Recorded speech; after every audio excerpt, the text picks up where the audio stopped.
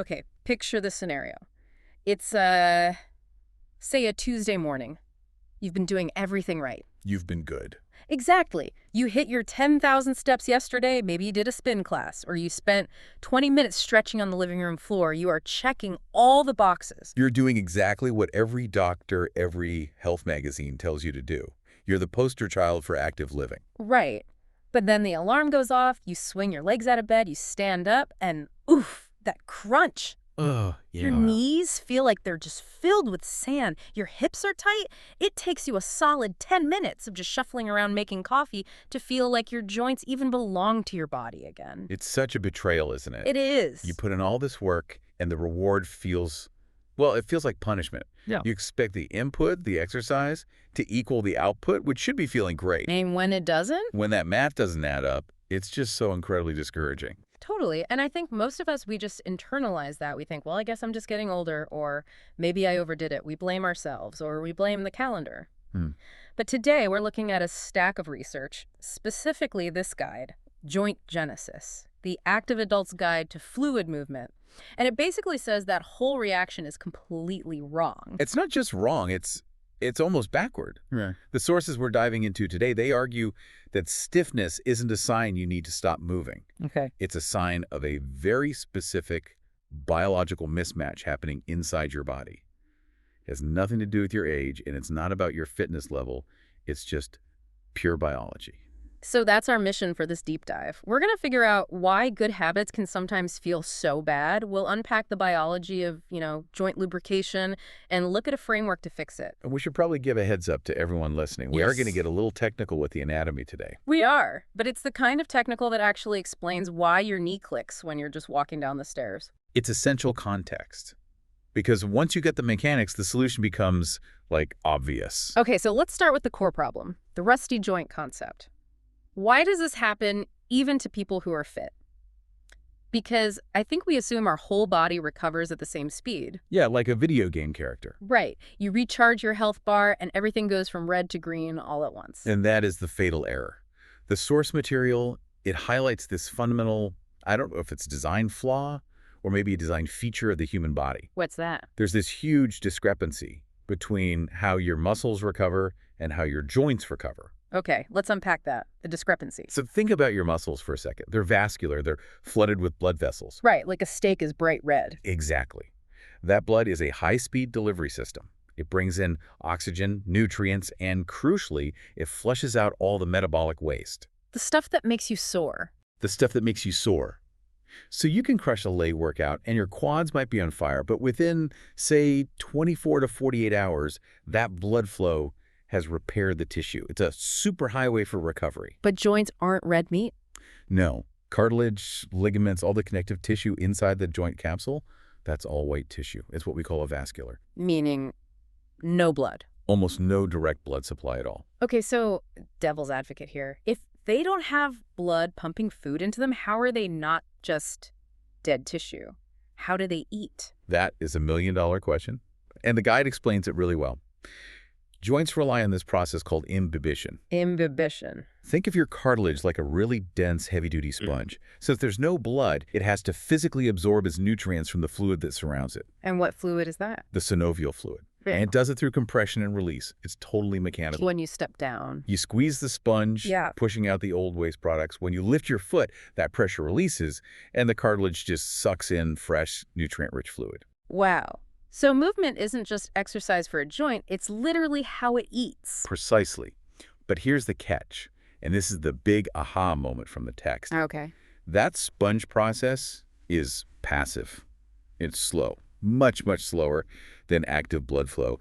So you get this scenario where your muscles are fully recovered, they're screaming, let's go for a run. But your joint cartilage is still dehydrated and undernourished from the last one. That's the mismatch. Your engine is ready to race, but your tires are flat. Perfect analogy. And that leads directly to what the guide calls the overtraining trap.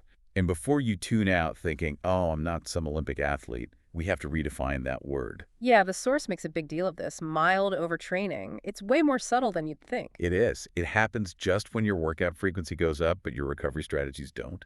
Or you ramp up the intensity lifting heavier, running faster, but you skip the mobility work. And the equation the source gives is too much stress, plus not enough joint recovery equals stiffness buildup. And that buildup is what we feel is that rusty sensation in the morning. right. It's not that you're weak, it's that your joints are dehydrated and under-recovered compared to your muscles. Exactly. I want to get specific here because the guide breaks this down by activity, which I found really validating. It looks at the walker, the gym goer, and the yogi. Let's start with the walker. Everyone says walking is the ultimate low-impact exercise. And it is. It's great for your heart, great for your mind. But low impact does not mean no impact. Right. The source gives this statistic that really puts it in perspective. Every single mile you walk is about 1,500 to 2,000 cycles for your knees and hips 2,000 reps per mile. per mile. So if you do a pretty standard 3-mile walk, that's 6,000 impacts. Wow. Even with perfect form, that's 6,000 times you're compressing that sponge. It's just a numbers game. And if the lubrication is low? Friction builds up. That's why you see walkers who feel great during the walk because everything's warm and moving, but the next morning, their ankles are stiff, their knees feel tight. They're not injured. They're just dry in the joint. Okay, so let's pivot to the gym goer, the person lifting weights. We know strength training is vital, especially as we age. Absolutely, for Yeah. bone density, for metabolism. But the source talks about hidden stress here too. And for the gym, that hidden stress is compression. Okay. When you lift something heavy, a barbell on your back for a squat, dumbbells for a lunge, you are just vertically compressing that joint. Now, muscles love that. That's how they grow.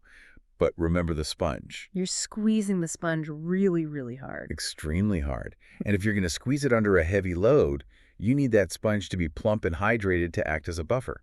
If it's dried out, Yeah. you're basically grinding bone surfaces closer together. Right, like putting a heavy load on gritty gears. Exactly.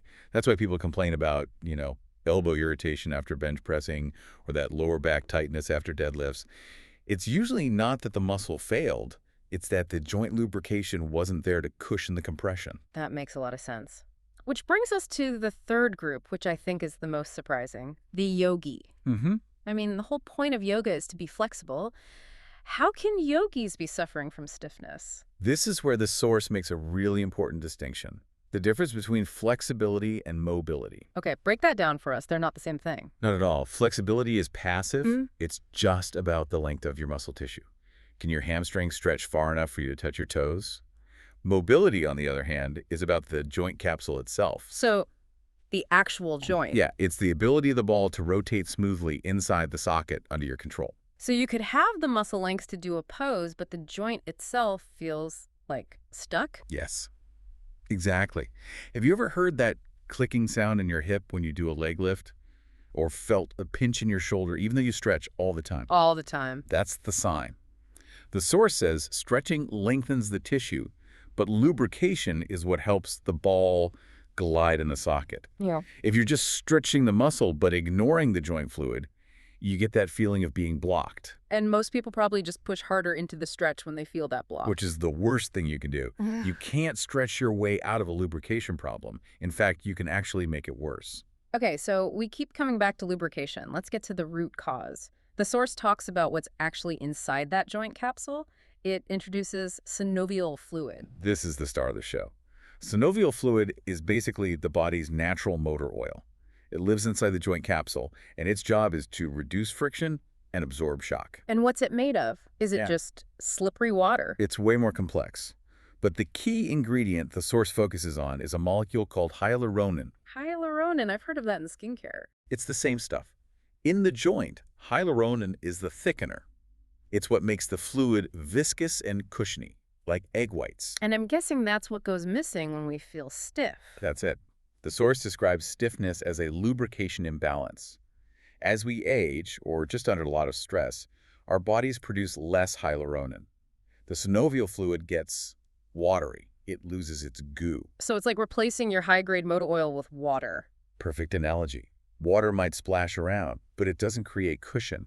So when you step down, instead of a nice hydraulic dampening effect, you just get impact. That's actually a hopeful distinction, because you can't easily fix crumbling bone, but you can, in theory, refill the oil. Theoretically, yes. When that hydration inside the joint drops, movements just feel less fluid. Your warm-up takes longer because you're literally trying to coax more fluid into the space. And recovery slows down because that fluid is how the cartilage gets its food. Exactly. So that rusty joint feeling, It's not a metaphor. It's a literal description of friction caused by a lack of fluid thickness. The exercise isn't bad. The environment inside the joint just isn't prepared for it. So what do we do? The source proposes a smarter framework for sustainable movement. And I like that word, sustainable. The goal isn't to be fit for a week, it's for life. Right. And the framework is 4 steps. It sounds simple, but the execution is where most people go wrong. Okay, step 1 is train, don't punish. This goes right back to that overtraining trap. It just means prioritizing gradual progression. If you start walking, don't go from 0 to 5 miles a day in 1 week. You have to let the sponge adapt. You have to give your cartilage time to adapt to the new load. Exactly. Step 2, prioritize recovery. Sleep, hydration, we know that. But the source really emphasizes actual rest days. Real rest days. Not an active recovery day where you still go for a run, just slower. Actual rest. Take the load off so the fluid dynamics can normalize. Then step 3, warm up joint-specific areas. And this is interesting. It's not about static stretching. No, this is about mobility drills. Circles, controlled rotations, ankles, hips, shoulders. The goal isn't to stretch the muscle. It's to move the joint. It's to physically agitate the synovial fluid. You're like a whisk in a bowl. You're thinning it out just enough to spread it all around the capsule before you put a load on it. Like idling the car engine in winter. Exactly. You're coating the entire joint. And finally, step 4, internal joint support. The piece that's most often overlooked. Yeah, we're great at external support, knee braces, good shoes, foam rollers. But internal support means looking at the biochemistry. Are we giving the body the building blocks it needs to maintain that thick synovial fluid? Which leads us to the solution presented in the material, which is a product called Biodynamix Joint Genesis. Now, obviously, this is the subject of the source text, but let's look at the logic behind their approach. So their approach is all rooted in that root cause philosophy. It's a doctor-formulated product inspired by Ivy League research, and the core idea is that they aren't just trying to mask pain. Right, it's not a glorified ibuprofen. Correct. Painkillers are just silencers. They block the ouch signal to your brain, but they don't change the condition of the joint. In fact, you're basically just putting a piece of tape over the check engine light. And then driving until the engine blows up. Exactly. The stated goal of biodynamics is to restore that lubrication and hydration, to rehydrate the joint matrix. By getting the hyaluronan levels back up. Right. If you get the hyaluronan levels up, the fluid thickens. If the fluid thickens, the sponge works better, the joint glides better. It's trying to help the joint hydration keep up with the muscle activity. So who is this really for? Because when you hear joint supplement, you picture someone, in a rocking chair. And the source challenges that image head on. It says this isn't just for old age pain. It targets the active adult, the walker, the gym goer, the yogi. Because they're putting higher demands on the system. Exactly. If you have a high-performance engine, you need high-performance oil. It's framed as prevention and confidence, not just damage control. I like that framing. Confidence. Because when you're worried your knee's going to flare up, you move differently, you hesitate. You do. You start guarding your movements. You look at a flight of stairs and you do that mental math.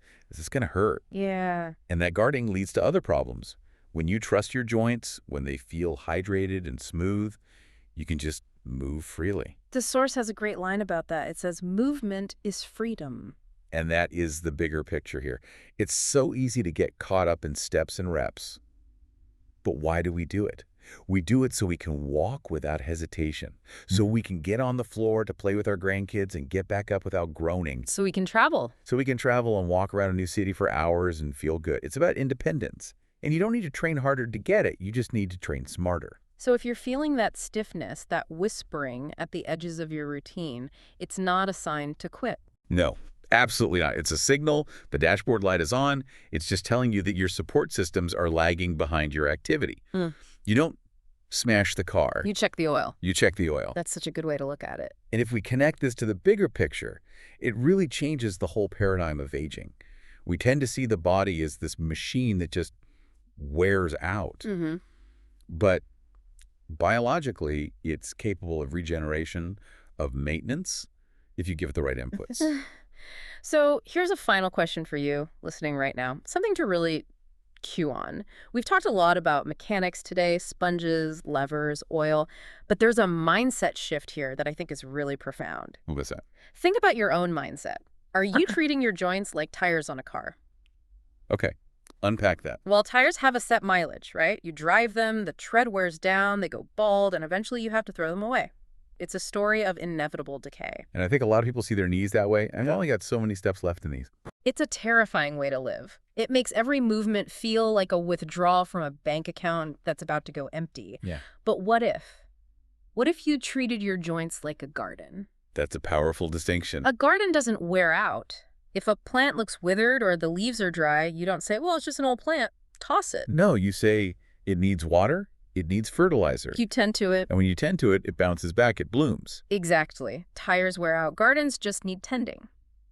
So if you shift your perspective and you see your body as a garden that needs constant, specific watering, in this case, hydration and synovial support, how does that change the way you wake up tomorrow? It changes everything. It puts you back in the driver's seat.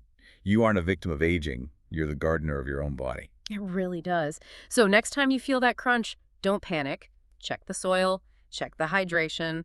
Thanks for joining us on this deep dive. Keep moving, but move smart. And stay lubricated.